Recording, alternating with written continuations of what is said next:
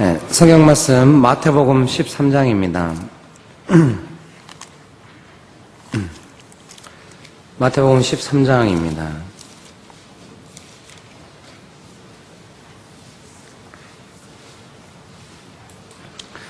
마태복음 13장 18절에서 23절까지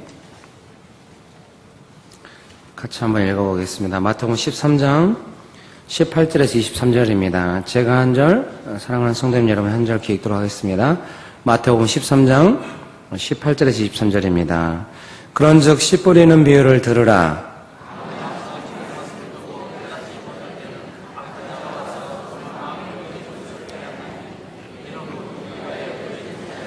돌밭에 뿌려졌다는 것은 말씀을 듣고 즉시 기쁨으로 받되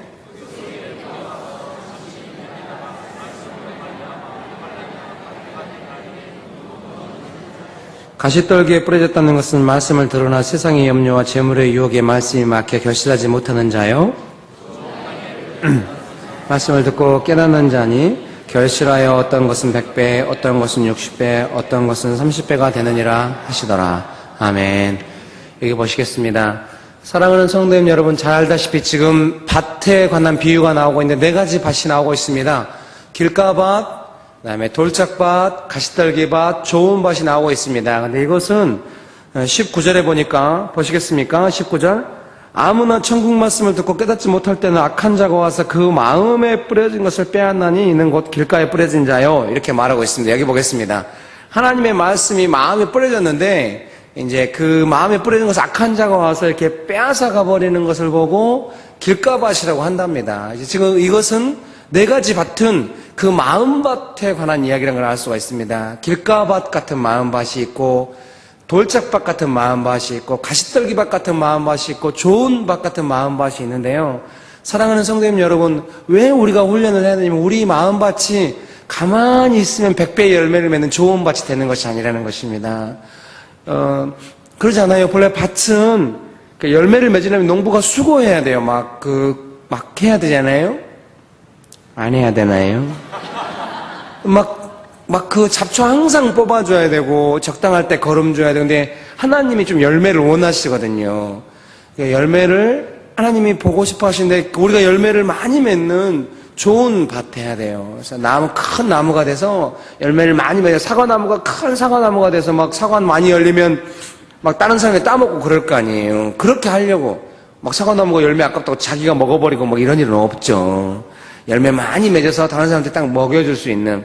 성도님 여러분, 혹시 기분이 좀 우울하거나 삶이 너무 지쳐 있었는데 나보다 신앙이 성숙한 사람하고 만나서 교제했더니 그 사람이 뭐라고 이야기해주고 교제하다 보니까 내 마음이 회복되고 막 즐거워지고 다시 한번 마음이 새로워지고 그런 경험 있으시죠? 5명만 있네.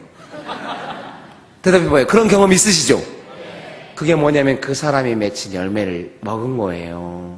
사랑과 희락과 화평, 이런 성령의 열매들이 다 마음의 열매들이거든요. 사랑하는 마음, 그 마음에서 흘러나와요.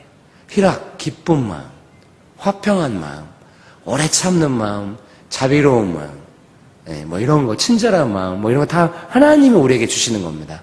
믿습니까? 믿습니까? 성령의 열매인 것이죠. 하나님이 그런 열매를 마음밭에서 많이 맺기를 원하시는데 그것이 그냥 되지 않아요. 그냥 마음밭이 있으면 무슨 밭이 되냐면 길가밭처럼 돼요. 길가밭이 딱딱 마음밭이 딱딱해가지고 씨앗이 들어가지도 못하니까 악한 자가 와서 빼앗아가 버려요. 그리고 돌짝밭의 특징이 뭐냐면 씨앗이 떨어졌는데 씨앗이 내렸는데 돌짝밭이라 땅이 척박해서 그런지 뿌리가 없어가지고 좀 예수님 따라가려고 말씀 받을 때 어제 오늘 우리가 말씀 좀 하나님께 받았는데 전화 듣는 여러분이 다 우리가 좀 은혜가 있네요. 예, 축복합니다. 예, 갈수록 반응을 많이 해줘서 감사합니다.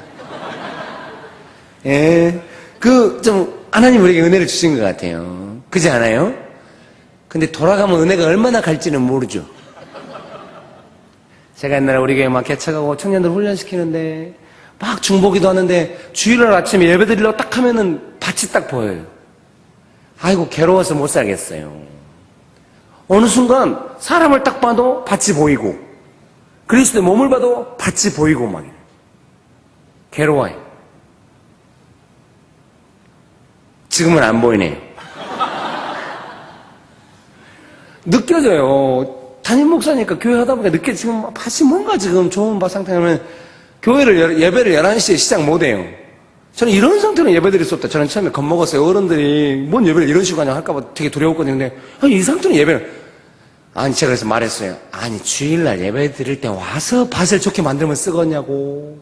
자기 스스로 주일 동안 돌아보다가 최소한 금요일 날은 그동안 내 마음밭에 드는 거 점검해가 주일날 좋은 밭으로 오면 좋겠어 말씀을 딱 들었으면 마음밭에 열매가 더 커지고 이래였으니 아무리 가르쳐봤자 일주일 동안 더 밭 딱딱해 자꾸 나타나면은 또 물 붓고 땅 하다가 돌아가서 또 딱딱해져 오고 이러면 쓰겠냐고. 밭이 날마다 좋아지고 열매를 내야지. 그래서 금요일 날쯤은 자기 마음을 돌아보고 와야 쓴다고.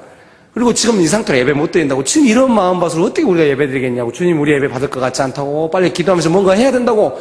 그랬더니 어른들이요 막 울어요. 뭔 일이 있는가 봐요. 제가 어떻게 하겠어요. 그 마음에 뭔 일이 있는지. 울고 한 30분 기도하면 은혜가 회복돼요. 뭔가 이제 제대로 됐다는 느낌이 있어요. 그러면 그때부터 예배 드렸어요. 보통 예배가 11시 반, 11시 40분인데 그 마음으로는 예배 드릴 수 없으니까요. 좋은 마음만 계속 가르쳤더니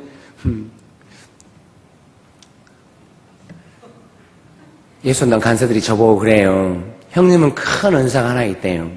뭔 은사가 있냐고 그랬더니 사람을 긴장시키는 은사가 있대요. 뭔가 잘못하고는 형 앞에 나타나고 싶지 않대요.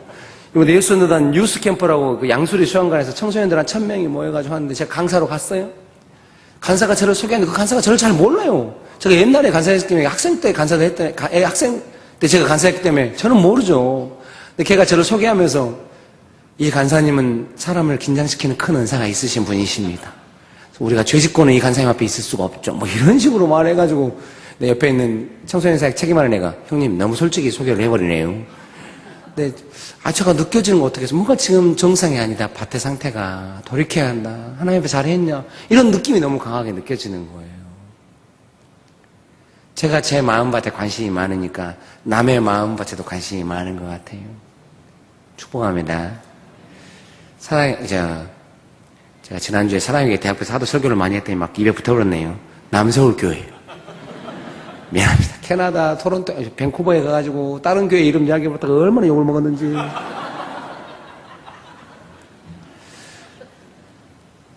남서울교회는 제가 어제 설교하고 가는데 어제도 그렇고 오늘도 그렇고 뭐 크게 문제가 있진 않아요. 근데 원수가 좀 이렇게 괴롭힌다는 느낌이 있어요. 심하진 않아요. 아주 좋아요. 제가 기도하면서 이제 뭘 느꼈냐면 말씀 전하기 전에 막 기도하잖아요. 이렇게 하나님이 성령께서 깊이 역사하셔가지고 서로 너무 신사적이어가지고 못 보여주는 그 깊은 부분도 보이게끔 하나님이 하실 것 같다는 느낌이 있었어요. 제가 그런 사람이잖아요. 어제 설교 끝나고서 얼마나 창피한데요. 너무 까맣게서 보이려고 그러네. 근데 성령께서 역사하시면 서로 마음 안에 불쌍히 여기면서 서로 연약함을 보여주면서 이렇게 진지하게 연결되고 나보다 남을 낫게 여기고 좀 불쌍히 여기고 좀 이러면서 연결되고 이런 게 있거든요. 그런 게 지금도 있는데 더 잘 될 것 같아요. 축복합니다. 축복합니다. 좋아요. 밭이 아주 좋습니다. 좋다고 하면 안 돼. 목적이 분명한 것 같아요. 축복합니다. 하나님이 크게 은혜를 베푸실 것 같아요. 하나님이 사랑하시는 것 같습니다. 밭이 느껴져요. 각자 성도님이 자기 마음밭을 보고 훈련하고 교회도 큰 밭이니까 열매를 많이 맺는 밭이 돼야 되는데 훈련을 왜 해야 되냐면 그 밭이 항상 좋은 상태가 되도록 해야지 유능한 농부가 되기 전에는 자기 마음밭을 잘 관리를 못한다고요. 마음이 어려우면 자기 마음 어려운 대로 그대로 있으면 밭이 나빠지고 있는데 본인이 몰라요. 제가 옛날에 TV를 보는데 부모들한테 버림받은 보육원 아이들이 방송에 나왔어요. 뉴스에 기자가 막 뭐라는 애들이 뒤에서 막 뛰어다녀요. 그 장면을 잠깐만에 눈물이 막 흘러요. 제가 왜 갑자기 울까? 내가 어려서 그런 경험이 있어서 그런가? 근데 뭐 그냥 애들이 밝게 뛰어다니고 기자가 막 이야기한 거였는데 막 눈물이 났어요. 제가 나중에 곰곰이 생각해 봤더니 그 애들의 속사람이 느껴졌던 거예요, 저한테. 애들은 제가 보육원 봉사 몇 번 가봤는데요. 어려서 애들은 앉잖아요. 안 떨어져요, 애들이. 이게 스킨십이 항상 부족한 거예요. 엄마, 아빠한테 저도 어려서 좀 누가 나 좀 안아줬으면 좋겠네. 초등학교 2학년 때 형님들 맨날 얻어맞고 밤에 자고 너 내일 아침에 나가야 되니까 아침에 안 오면 좋겠네 이렇게 하고 자니까요. 근데 이제 보육원에 가보면 애들이 교사들이 다 못 안아주니까 이렇게 원래 이렇게 엄마 아빠가 안 안아주면 애들이 감기에도 잘 걸리고 좀 그런다네요. 면역체계가 약해지고 정에 약하고 그래서 나중에 사회에 나가도 꼭 사고치고 오고 너무 쉽게 사람 믿고 해가지고 어려워진다고 그러네요. 그래서 그 애들이 안아주면 안 떨어져요. 그 보육원에서 돌아갈 때까지 안 떨어지거든요. 계속 안아달라고 하고. 네요. 그 애들이 이렇게 뛰어다니는데 제가 보인 거예요. 그 애들이 머리로는 뭐 먹여주는 거 부조가 먹고 선생님 다 있으니까 막 뛰어다니면서 노는데 제가 볼 때 그 마음의 소리가 그냥 들리는 것 같았어요. 나 좀 안아줘요 막 이러면서 애들이 뛰어다닌다. 애들은 몰라요. 내 마음이 어쩐지. 사랑하는 성도님들은 아세요? 내 마음이 어쩐지. 대한민국 사람들이 자기 마음 이야기 안 하잖아요. 남서울교회도 많이 안 할 것 같아요. 그래서 훈련이 필요해요. 진실하게 마음을 털어놓고 누군가한테 이야기해야 되거든요. 사람하고 연습에 버릇해야 기도도 깊어져요. 어떤 분들은 기도를 하라 그러면 눈에 보이는 기도만 해요. 우리 아들 어떻게 해주시고 우리 교회 어떻게 해주시고 그런데 그것이 아니라 그 마음과 마음이 연결된 깊은 대화를 하죠. 기도가 깊어져야 돼요. 그러려면 필연적으로 속사람, 마음의 사람, 그 내면을 만져야 돼요. 그동안 내 내면이 얼마나 무너지고 아팠는가 하나님이 만져주고 싶어 해요. 믿습니까? 좋은 밭 되게 하려고요. 그 핍박이 오면 무너져 본다고 하잖아요. 오늘 말씀 듣거나 아 좋다 집에 들어가면 핍박이 기다리고 있을지도 모른대요. 분위기가 안 좋아지네요. 없을 것입니다. 있다고 해도 마음을 잘 지켜야죠. 아이고, 주일날 교회 목사님 설교 듣고 너무 좋았네. 마음을 지키자고 회사 가가지고 술 이제 안 먹어야지. 근데 술 안 먹었다 서장이 너는 내 부하 아니라는 식으로 해가지고 핍박받고 그럴 수 있어요. 그때 마음을 강하게 해가지고 상님한테 더 잘하고 더 인정받는 길이 있는데 넘어져 버려요. 말씀을 지키려 했더니 인생이 피곤해진디? 막 이렇게 넘어져 버려요. 그때 딱 넘어서면 사장한테 또 다른 측면으로 이제 하나님이 나의 장점을 딱 보게 해주고 높여줄 때가 있거든요. 근데 좀 그 정도 믿음이 없어요. 마음이 강하고 훈련되어 있는 사람은 이제 좀 더 좋아지면 가시떨기 밭이 돼요. 가시떨기 밭은 안 넘어져요. 좀 뭔가 핍박이 있어도 잘 지키긴 지키는데 열매가 없어요. 이 가시떨기 밭의 특징은 가시떨기가 뭐냐면 염려와 유혹이에요. 세상에 대한 염려. 여러분 혹시 사랑하는 성도들 마음에 염려가 들어오고 유혹이 들어오잖아요. 자기가 아직 가시떨기란 뜻이에요. 세상에 대한 유혹이 있고 잘 못 오면 마음 우울해지고 좀 이런 좋은 밭은 그런 모든 것을 얘기하고 마음밭이 좋아가지고 하나님하고 친해가지고 열매를 막는 그 마음의 열매만 있겠어요. 항상 하나님의 원칙이 뭐냐면요. 하나님과 연결된 사이에서 먼저 뭔가 이렇게 눈에 안 보이게 이루어지고 현실 속에서 이렇게 이루어지고 그러거든요. 사람과 사람 사이도 그래요. 어떤 능력 많은 사람한테 가서 좀 도와주세요 했더니 그 사람이 도와줄게. 먼저 약속하고 나서 그것을 도와주지. 먼저 도와주고 나서 약속하고 이런 건 아니잖아요. 먼저 마음이 연결되고 좋은 뜻으로 도와주겠다고 하고 그것이 현실되고 이러거든요. 믿습니까? 하나님의 나라가 어떤 그런 정신적인 가치의 나라, 영적인 가치의 나라죠. 사랑이라든가 이런 것이 소중해요. 하나님하고 깊이 사랑하면 그것이 돈 돼. 안 되네. 축복합니다. 그러니까 우리는 돈이 돼야 돈이 된 것 같다니 그렇지 않아요. 하나님하고 먼저 마음이 맞고 좋아서 잘 돼야 좋은 일이 일어나. 하나님이 이미 부모도 그럴 거 아니에요. 자식한테. 자식이 맨날 부모한테 돈만 밝히고 돈 주면 부모고 돈 안 주면 부모 아니고 이런 식이면 어떤 부모가 미안합니다. 제가 오늘 또 그 뉴스 잠깐 보는데 이렇게 막 어떤 유명한 사립대학의 설립자 부모님이 자기 아들을 아마 이 세상 시켰는데 아들이 마음에 안 들었는지 아들을 고발한다고 막 신문에 광고 내보고 이랬다고. 사이가 많이 나빠지셨나 봐요. 부모 자식 간에 이렇게 관계가 더 소중하죠. 축복합니다. 분위기가 급 다운된 것이 뭔 일이 있는가 싶네요. 축복합니다. 사랑하는 성도님, 우리가 하나님한테 맨날 하나님의 손만 구해. 능력만 구해. 하나님 서운하십니다. 하나님의 마음을 먼저 구해. 내 마음 이야기하고. 친해야 역사가 일어나지. 역사가 일어나면 친해지겠다는 식으로 하면 되겠습니까? 축복합니다. 그러니까 자기 마음밭을 신경 써서 늘 좋은 밭이 되도록 염려, 유혹에 붙잡히면은 마음밭이 나빠지고 있는 거예요. 그걸 모르시고 살았을 것입니다. 근심하면 어떻게 눌린다냐. 그때 마음이 많이 황폐해지는 거예요. 저는 오랫동안 사람의 내면이 하나님의 좋은 밭이 되도록 돕고 막 제 자신도 훈련하고 그럴 때 보면 약간 느끼게 된 거예요. 아, 얘가 갑자기 밭이 이상해졌네. 막 만지게 되고 그랬는데 옛날에는 처음에 교육에 제가 때는 깊이 많이 만졌더니 분명히 좋아져요. 어른들이 막 완전 어려워져가지고 어떻게 상담하다가 이제 저희 교회인데 막 도와주면 좋아져요. 저는 죽겠더라고요. 힘들더라고요. 막 좋아지는데 하나님이 좀 뭐라고 하더라고요. 너무 깊숙이 이렇게 도와주면 하나님이 하시도록 했어야 되는데 제가 가만히 있으면 떠오르거든요. 아이고 성도가 70명 되니까 죽겠더라고요. 제가 그릇이 작은가도 모르겠어요. 가만히 앉아있으면 한 명씩 지나가요. 그래서 무슨 문제가 떠오르고 막 기도하게 되고 못 쉬어요. 그래서 전화하면 문제가 있고 기도해주고 막 상담해주고 그럼 좋아지긴 한데 지금 생각에 제가 실수했던 것 하나님이 다 하시기 원하시니까 좀 기다리면서 했었는데 제가 보이니까 막 저도 지치고 축복합니다. 사랑하는 성도님 여러분, 하나님이 우리의 마음밭을 좋게 만드실 수 있어요. 그렇게 하기 원하십니다. 믿습니까? 누가복음 6장을 한 번만 더 보도록 하겠습니다. 누가복음 6장 보도록 하겠습니다. 네, 평행 구절입니다. 누가복음 6장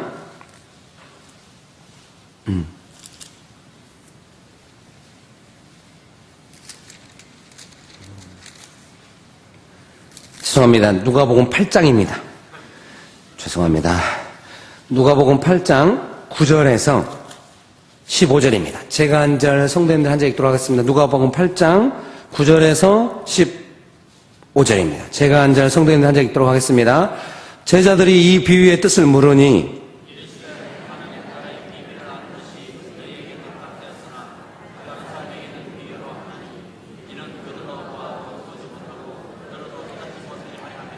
이 비유는 이러하니라. 씨는 하나님의 말씀이요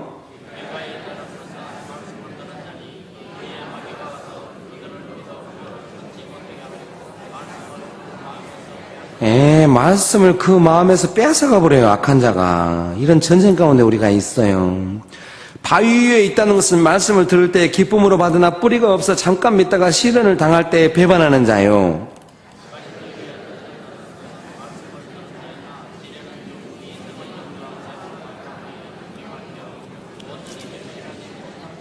같이 읽으실까요? 좋은 땅에 있다는 것은 착하고 좋은 마음으로 말씀을 듣고 지키어 인내로 결실하는 자니라. 아멘. 믿으십니까? 여기 보시겠습니다. 사랑하는 성도님 여러분, 우리의 마음을 좋은 마음밭으로 만들도록 예수님이 하기 원하십니다. 예수님이 손을 안 씻고 식사하실 때가 있었어요. 제자들도 안 씻고 먹어요. 바리새인들 와서 막 공격했죠. 어째 손 안 씻고 밥 먹냐고. 그래서 원래 이스라엘의 율법은 하나님의 성전에 갈 때 손을 씻고 가는 건데요. 이렇게 막 장로들이 막 율법을 더 유전을 막 만드는 거죠. 집에 들어갈 때 나올 때나 뭐 이렇게 이제 식사할 때 손 씻고 먹고 이랬나 봐요. 예수님이 안 씻고 드시니까 바리새인들의 공격이 뭐냐면 손을 안 씻는 것으로 보아서 율법을 안 지키는 사람이고 너는 하나님 앞에서 문제가 있다. 이런 공격이죠. 그때 예수님이 말씀하시는 거예요. 겉을 만드신 이가 속도 만들지 않았냐. 너희가 밖에서 들어가는 것은 사람을 더럽게 하지 못하고 그 안에서 나오는 것이 사람을 더럽게 하는 것인데 그 안에서 나오는 것이 뭐냐면 온갖 음란과 시기, 악독과 질투와 분냄, 그것이 사람을 더럽게 하는 것이다. 너희의 속을 깨끗게 하라 하고 예수님이 말씀하신 겁니다. 믿습니까? 그 성경 보겠습니다. 베드로전서입니다. 갑자기 말씀을 많이 찾아서 좀 어려우신가 싶습니다만은 저 신약의 뒤쪽에 베드로전서 3장입니다. 베드로전서 3장 3절 4절입니다. 같이 읽어보겠습니다. 베드로전서 3장 3절 4절입니다. 베드로전서 3장 3절 4절을 큰 소리로 같이 한번 읽어보겠습니다. 시작. 너희의 단장은 금을 차고 아름다운 옷을 입는 외모로 하지 말고 오직 마음에 숨은 사람을 온유하고 안정한 심령에 썩지 아니할 것으로 하라. 이는 하나님 앞에 값진 것이니라. 아멘. 믿으십니까? 여기 보시겠습니다. 사랑하는 성도님 여러분, 베드로 사도도 말하고 있습니다. 뭐라고 성경이 말씀하시는가? 너희가 외모를 좀 꾸미는 것보다는 먼저 너희의 마음에 숨은 사람, 그 마음의 사람, 속 사람을 좀 강건하게 꾸미고 훈련해라. 이렇게 말씀하고 계시는 것입니다. 믿습니까? 사랑하는 성도님 여러분, 하나님하고 친해진다고 하는 것은 내 마음밭에 좋은 열매를 맺는 것인데, 그것이 열매가 어찌 태풍을 만나고 가라지를 뽑아주는 수고가 없이 자라겠습니까? 열매를 맺겠습니까? 그래서 훈련이 필요한 것입니다. 가만히 있으면 내 마음밭은 안 좋아집니다. 훈련해서 마음밭을 점점 좋은 옥토밭으로 만들고 열매를 많이 맺는 마음밭으로, 그 마음에 숨은 사람이 좋아지도록 훈련하는 것입니다. 믿습니까? 보겠습니다. 그래서 에베소서입니다. 에베소서 3장 16절입니다. 뭐든지 3장 16절은 참 좋은 것 같습니다. 에베소서 3장 16절입니다. 같이 한번 읽어보겠습니다. 에베소서 3장 16절 시작. 그의 영광의 풍성함을 따라 그의 성령으로 말미암아 너희 속사람을 능력으로 강건하게 하시오며. 다시 한번 읽어볼까요? 시작.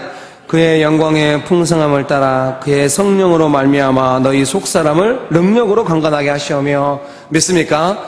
여기 보겠습니다. 사랑하는 성도님 여러분, 하나님께서, 성령께서 뭐 하시냐면 우리의 마음의 사람, 그 속사람을 성령으로, 그 능력으로, 풍성함으로 강건케 하신다는 것입니다. 믿습니까? 성도님 여러분, 여기 보시겠습니다. 마음에 어려움이 오면 잘 이겨내요? 그 은혜 받아보셨죠? 안 받아봤네. 아이고, 나 얼른 가고 싶네. 대답을 해보세요. 은혜 받아봤어요? 은혜 받으면은 그 첫 번째 나타나는 특징이 뭐냐면 마음의 평강이에요. 마음이 푸근하잖아요. 축복합니다.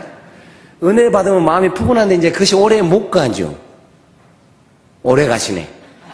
감사합니다. 그러면은 은혜 받아가지고 아침부터 저녁까지 이렇게 푸근했던 날이 있었어요? 아침에는 은혜였는데 저녁에 지옥되는 거 말고요. 아침부터 저녁까지 깊은 은혜 가운데 잠겨가지고 너무 좋다. 이렇게 젊은 날이나 나이가 이렇게 수련회 같은 거나 뭐 이렇게 하면은 이렇게 하루 종일 은혜가 있고 그렇게 마음 좋아가지고 여기가 천국이다 싶을 때가 있잖아요. 예, 감사합니다. 그런 날이 1년에 며칠이냐고 제가 어떤 교회 가서 물어봤거든요.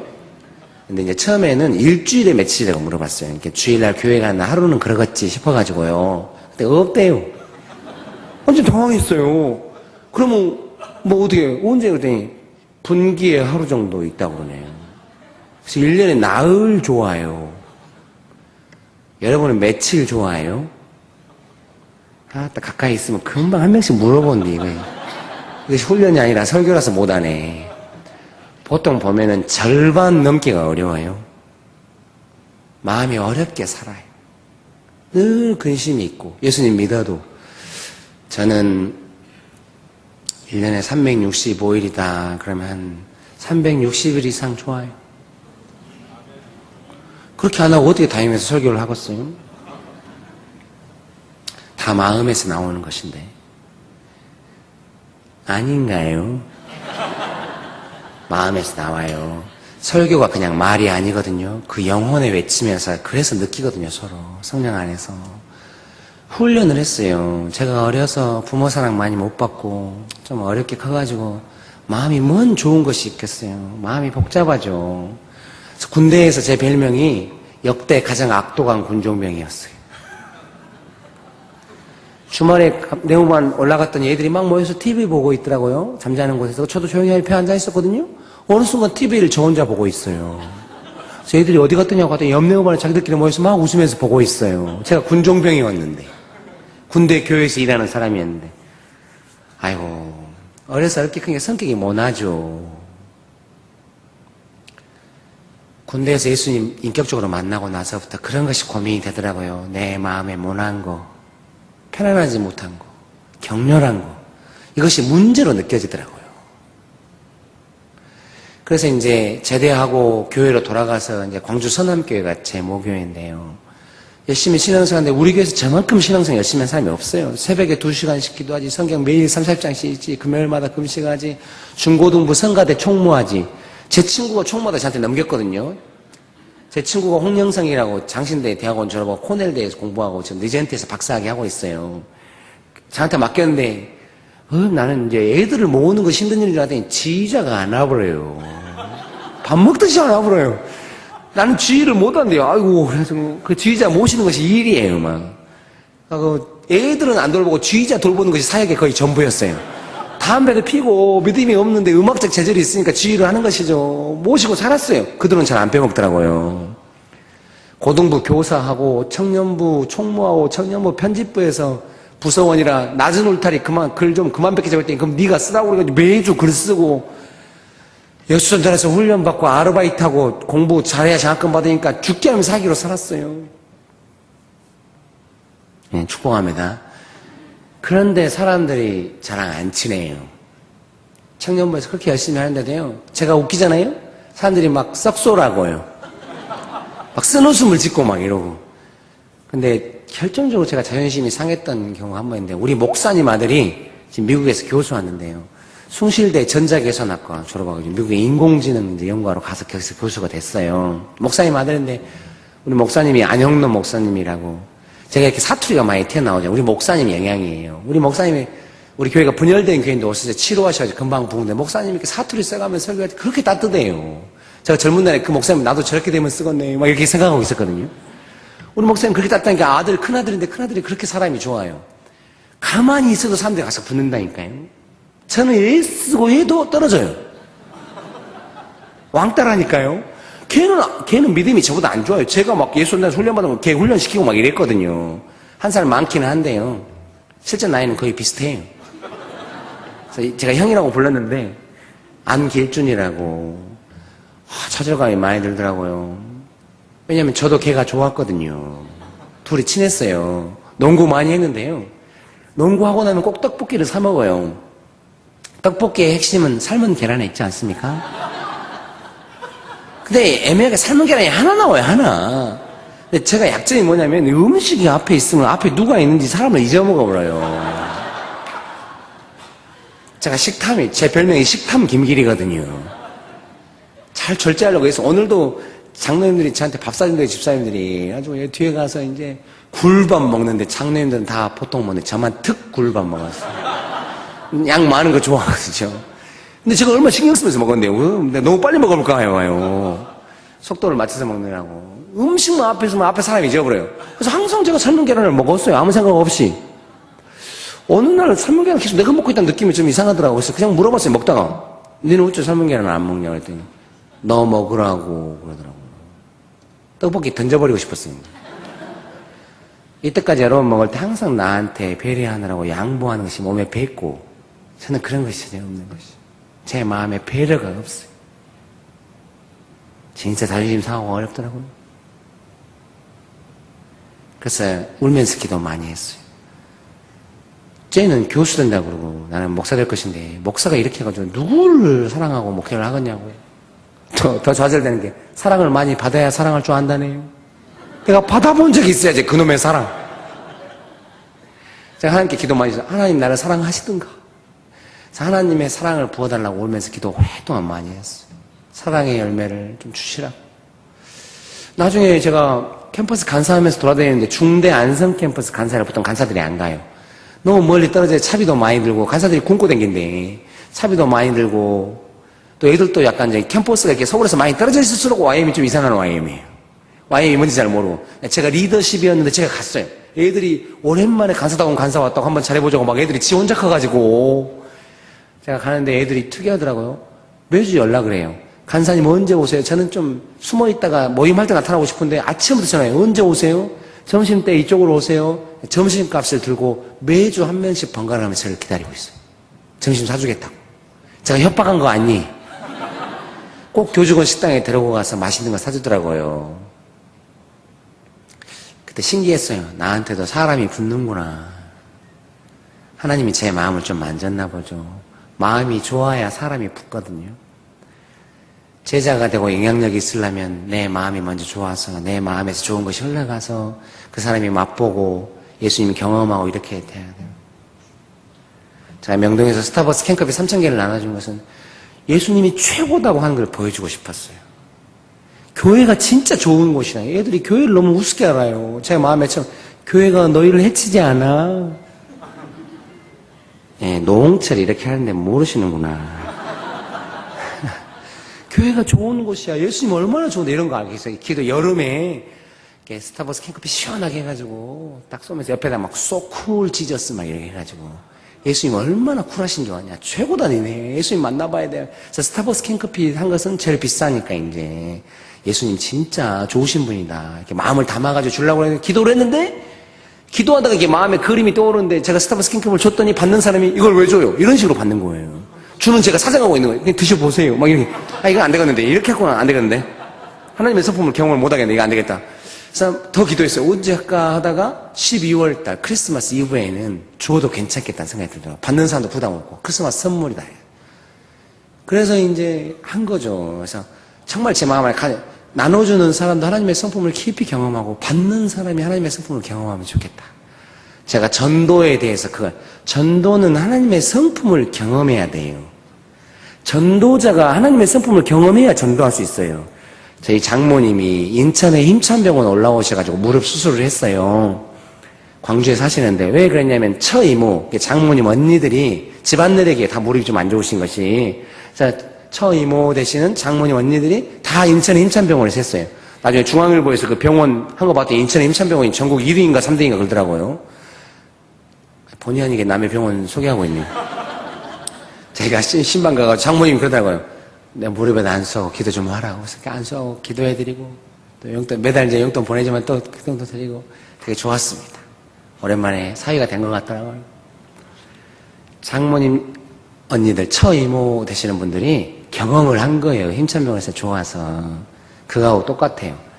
예수님의 성품을 경험해야 남한테 그것을 전할 수가 있어요. 저도 그래요. 저희 교회도 막 어려운 사람들이 몰려와요.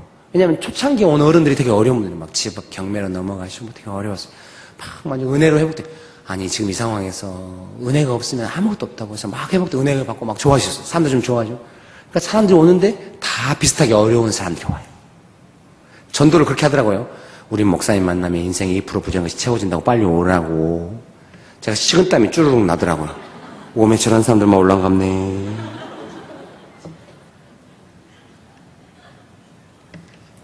전도가 그렇게 되는 거죠. 저도 그래요. 좀 어려운 친구들 볼 때마다 너 진짜 예수님 필요하다. 예수님이 그거 하실 수 있어. 제가 경험했어요. 성품을 경험해. 내 마음 깊숙한 곳에 날마다 예수님의 은혜를 많이 누르고 그것이 흘러가야 됩니다. 축복합니다. 1년 365일 중에 최고 훈련 목표는 365일 다 예수님의 평강을 유지하는 것입니다. 예수님이 그렇게 하실 수 있습니다. 그것을 반드시 성령께서 하시겠다. 성령께서 속사람을 능력으로 건강케 하시겠다고 약속하십니다. 예수님이 그렇게 하라고 요구하십니다. 그 에베소서 방금 읽었는데요. 4장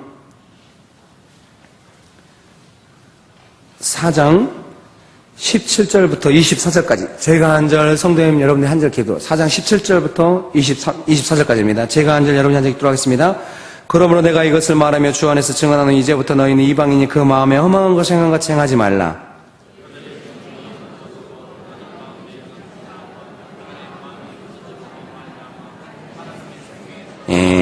마음이 굳어지면 하나님의 생명에서 떠나요. 마음이 부들부들해야 돼요. 그들이 감각 없는 자가 되어 이제 마음의 감각이 없어져요. 점점 굳어졌으니까 그들이 감각 없는 자가 되어 자신을 방탕에 방임하여 모든 더러운 것을 욕심으로 행하되 진리가 예수 안에 있는 것 같이 너희가 참으로 그에게서 듣고 또한 그 안에서 가르침을 받았을진데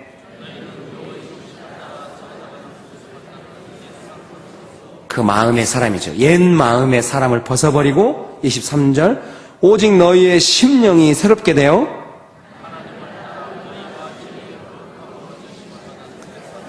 새 마음의 사람을 입으라는 것입니다. 믿습니까? 사랑하는 성도님 여러분, 이걸 누가 하시는가? 성령께서 하기 원하시는 것입니다. 믿습니까?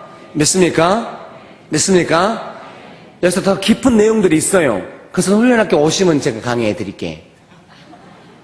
그거 하려면 한 3시간 해야 된대요. 표정들이 다 하자는 분위기니. 그거 못해요, 그거. 오늘 이제 시리즈 중에 첫 번째를 했습니다.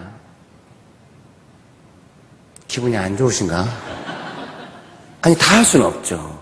감사합니다. 보통 그냥 일주일에 해야 되면 가장 중요한 것만 하는데, 이 부분, 그러니까 어떻게 속사람을 강하게, 훈련학교 때 그걸 다 해요. 처음부터 그것이 다 그런 거예요. 속사람을 강건하게 하는 학교예요. 훈련학교. 꼭 여러분 훈련 받으셔서 강건케 되시길 축복합니다. 제가요, 우리 아들이 그냥 단순히 말이 늦는 줄 알았는데 유치원에 보냈는데 유치원 선생님이 얘가 좀 이상하다고 조사해보라고 그래서 소아신경정 싣고 갔더니 경계선 장애라고, 발달장애, 자폐 이런 말 함부로 안 쓰거든요. 아이고 죽었더라고요. 그 가수 이상우 씨 아들 나오잖아요. 그 애하고 저희 아들하고 같은 곳에서 훈련 받았어요. 나이도 다르고 상태도 달라서 따로 했지만 김은실 아동발달센터라고 수원의 영통에 있는 데 있거든요. 아이고 어렵더라고요. 애가 일어나서 막 혼잣말하면서 돌아다니고 대화가 안 되고, 그래서 새벽에 눈물로 눈을 떠요. 살고 싶지가 않아요. 소망이 없어. 아들이 하나 있는데 아들이 이제 그러니 기도하죠. 예수님 어떻게 하면 좋겠습니까? 예수님의 마음에 강한 확신을 줘요. 네 아들은 건강하다. 그래서 마음이 좀 좋아져요. 진짜 예수님은 소망이에요. 예수님 없이는 못 살아요. 그 어려움을 어떻게 이겨내요? 네 아들은 건강하다 이런 마음. 그러면 좀 살아나요. 근데 아들이 얼른 안 건강해지죠. 또 가서 아들 보기만 하면 불안하고 힘드니까 예수님 좀 도와주십시오. 네 아들은 건강하다. 그럼 또 마음이 좋아지는데 또 아들 보면 얼른 안 건강하고 그러니까 어느 날 또 간절히 기도하는 예수님이 네 아들은 건강하다. 그래서요, 기다렸더니 제가 물어봤어요. 예수님한테 아픈 사람도 있나요? 예수님 보시기엔 사람들이 다 건강한 거 아니에요? 이렇게 다? 편견이 없으시니까. 모든 사람이 다 나름대로 건강하다고 생각하시는 거 아니신가? 그래서 제가 건강하다고 생각하는 거하고 예수님이 건강하다고 생각하는 게 똑같은 개념인지 물어봤어요. 예수님이 제 마음 가운데 강한 확신을 주시면서 말씀하시기를 네 아들의 뇌를 어떻게 만지고 앞으로 이렇게 될 거다 마음을 주시더라고요. 그래서 예수님하고 친해야 돼요. 응답을 받거든요. 그래서 저는 이제 좀 믿었지만 그래도 불안하죠. 아들이 뭐 금방 좋아지는 게 아니고 또 그런 걸 고쳤다는 이야기를 들어본 적도 없고 막 했는데 어느 날 이렇게 강의 끝나고 늦게 집에 들어갔더니 아내가 저를 기다리다 막 울어요. 우리 아들이 안 좋아질 것 같다고. 아내도 한 달 전부터 괴로웠는데 나한테 한 번 남편 너무 지치니까 무서워서 말 못하다가 한 달 만에 이제 울면서 말한 거예요. 제 아내가 저보다 더 강한 사람이거든요. 결혼할 때 아무도 안 오고 막 애 둘 낳는 동안 아무도 안 와도 꿋꿋이 어려워도 살아요. 그런데 그날 울고 무너지더라고요. 저는 그런 날이 올까 봐 무서웠거든요. 보통 이제 가정에 그렇게 어려운 일이 생기면 아내가 우울증 오고 남편이 겉돌고 이러면서 집안이 이제 엉망이 되는 건데 저는 아내가 우울증이 오면 진짜 무서워요. 이거 어떻게 감당할까? 나는 죽는다 진짜. 근데 아내가 너무 그 쓴 마음으로 슬픈 눈물을 흘리면서 일주일에 4번씩 아동발달센터를 가니까 어려운 애들 너무 많이 보니까 우리 아들하고 상태가 너무 비슷한 거예요. 우리끼리만 있을 때는 아들이 그냥 말이 늦는다고 생각했는데 갔더니 그런 애들이 너무 많은 거예요. 아내가 잘 안 될 것 같다고 막 울더라고요. 그래서 거기서 뭐라고 했어요? 같이 울면 끝날 그 다음이 더 무서워요. 그렇게 있다고 나서 그 다음에 아무 소용 없이 살 거예요. 제가 하나님께 받은 마음이 있었잖아요. 그 말을 했어요. 거기서 그 말이라도 해야죠. 사실 그렇게 깊이 믿지는 못했죠. 거기서 무슨 말이라도 해야 되니까 제가 목에서 말을 쥐어 짜냈어요. 예수님이 아들의 뇌를 이렇게 만지고 이렇게 하시겠다더라. 나는 그 말을 믿는다. 너도 믿어라. 했더니 아내가 얼굴이 밝아지네요. 믿음의 말이 왜 그렇게 센지 몰랐어요. 마음이 불안하죠. 얼굴이 밝아져도 말대로 안 되면 어떡해. 그래서 거기서는 그 상황을 그럼 정리하지 어떻게 하겠어. 울고 막 그렇게 죽겠다고 그러는데 그래서 여보 이리 와요. 아내를 딱 안았어요. 안고 기도했어요. 예수님 이렇게 약속하셨잖아요. 약속 지키셔야 됩니다. 꼭 도와주십시오. 했더니 아내가 막 울고 푹 자더라고요. 개운하게. 저는 뭐 잠이 오나요? 그래서 바로 가서 또 기도했어요. 어떻게 하실 거냐고. 해주시겠대요. 점점 아들이 좋아졌어요. 그래서 김은실 원장님이 말을 분명하기로 유명하거든요. 된다 안 된다 막 이런 게. 우리 아들이 이제 2학년 때까지만 하고 그만하자고. 5학년이 되면 완전해질 거라고. 이제 3학년 지났고 이제 이번에 4학년이 되는데요. 좀 튀는 게 있지만 학교생활 잘 적응해서 살아요. 노심초사 기도하죠. 점점 좋아지고 있죠. 그래서 정말 예수님 소망이, 그래서 왜 교회 이름을 소망교회 지는지 알았다니까요. 아따, 소망. 진짜 절실하더라고요, 소망. 여러분 중에도 소망이 필요한 분 계십니까? 예수님이 소망. 예수님 없이는 세상을 못 살아요. 마음이 복잡해서 살 수가 없고. 솔직히 또 은혜 받으면 마음이 평안하잖아요. 어차 불편해요? 대답을 해봐요. 은혜 받으면 마음이 평안하잖아요. 근데 이제 은혜를 가끔씩 받는 사람은 마음이 불편해도 그것을 잘 견뎌버려요. 우리 같이 은혜를 많이 받은 사람들은 마음이 조금만 불편해도 쉬지 못해요. 주님 앞에 앉아 있어야 돼요. 그래서 마음을 정리하고 다시 은혜가 회복돼야 그 다음에 움직일 수 있어요. 제가 항상 평안한 상태로 움직이고 있는, 불안하면 주님 앞에 어디서든 주님 앞에 앉아 있는 겁니다. 여러분은 항상 불안하실 염려가 있어요. 가끔 평안하면 당황스러워. 우주 이렇게 은혜스럽더냐? 우주 이렇게 평안해. 불안이 정상이에요. 그러면 쓰겄어요. 세상에 줄 수도 없고 알 수도 없는 평안을 주신다는데, 삶의 환경과 상관없이 마음의 평안함을 지킬 수 있고, 속사람이 강건해서요, 그 평안함대로 삶이 다스려져요. 그것이 제자의 삶입니다. 열매 맺는 마음 밭이죠. 여러분 꼭 그렇게 되셔야 됩니다. 훈련으로 돼요. 밭이 그냥 좋아지나요? 농부의 수고가 없이 자기 마음밭을 잘 가꾸어서 나무 크게 키워가지고 열매 많이 맺어가지고 다른 사람 많이 주세요. 나랑 만나기만 했다면 그 사람이 회복되는 사람 되면은 제자가 되는 겁니다. 그 사람 가는 곳마다 사람들 변화시키는 거. 축복합니다. 남서울교회는 피해는 안 줘요. 신사적에 피해는 안 줘. 열매도 안 줘. 네 열매 네가 먹자는 거죠. 그러면 쓰겄어요. 열매 넘실넘실 넘쳐가지고 남도 많이 주고, 주인이 얼마나 그 나무를 귀여워하겠어요. 아이고, 이 나무 귀하다고. 열매 없으면 찍어버려요. 열매를 맺어야 돼. 축복합니다. 누가복음 묵상한 뒤 포도밭에 무화과 나무를 심었는데 3년 동안 열매가 없다고 그러니까 주인이 찍어보라고 그러니까 청지기가 다시 한번 밭에다 거름 주고 해보겠다고 하고 딱 그 단락이 끝나버려요. 궁금하다. 어째 포도밭에다 무화과 나무를 심는댔냐. 아마 그쪽에 문화가 있을 텐데 제 생각에 무화과 나무가 자생력이 강하거든요. 웬만한 땅에서 다 열매를 내요. 포도밭같이 좋은 밭에서 열매를 못 맺는 무화과 나무가 진짜 이상한 무화과 나무죠. 그것도 3년씩이나 열매가 없어버려요. 여러분, 무화과 나무 아니죠? 주인이 찍어봅니다. 열매 많이 맺으십시오. 축복합니다.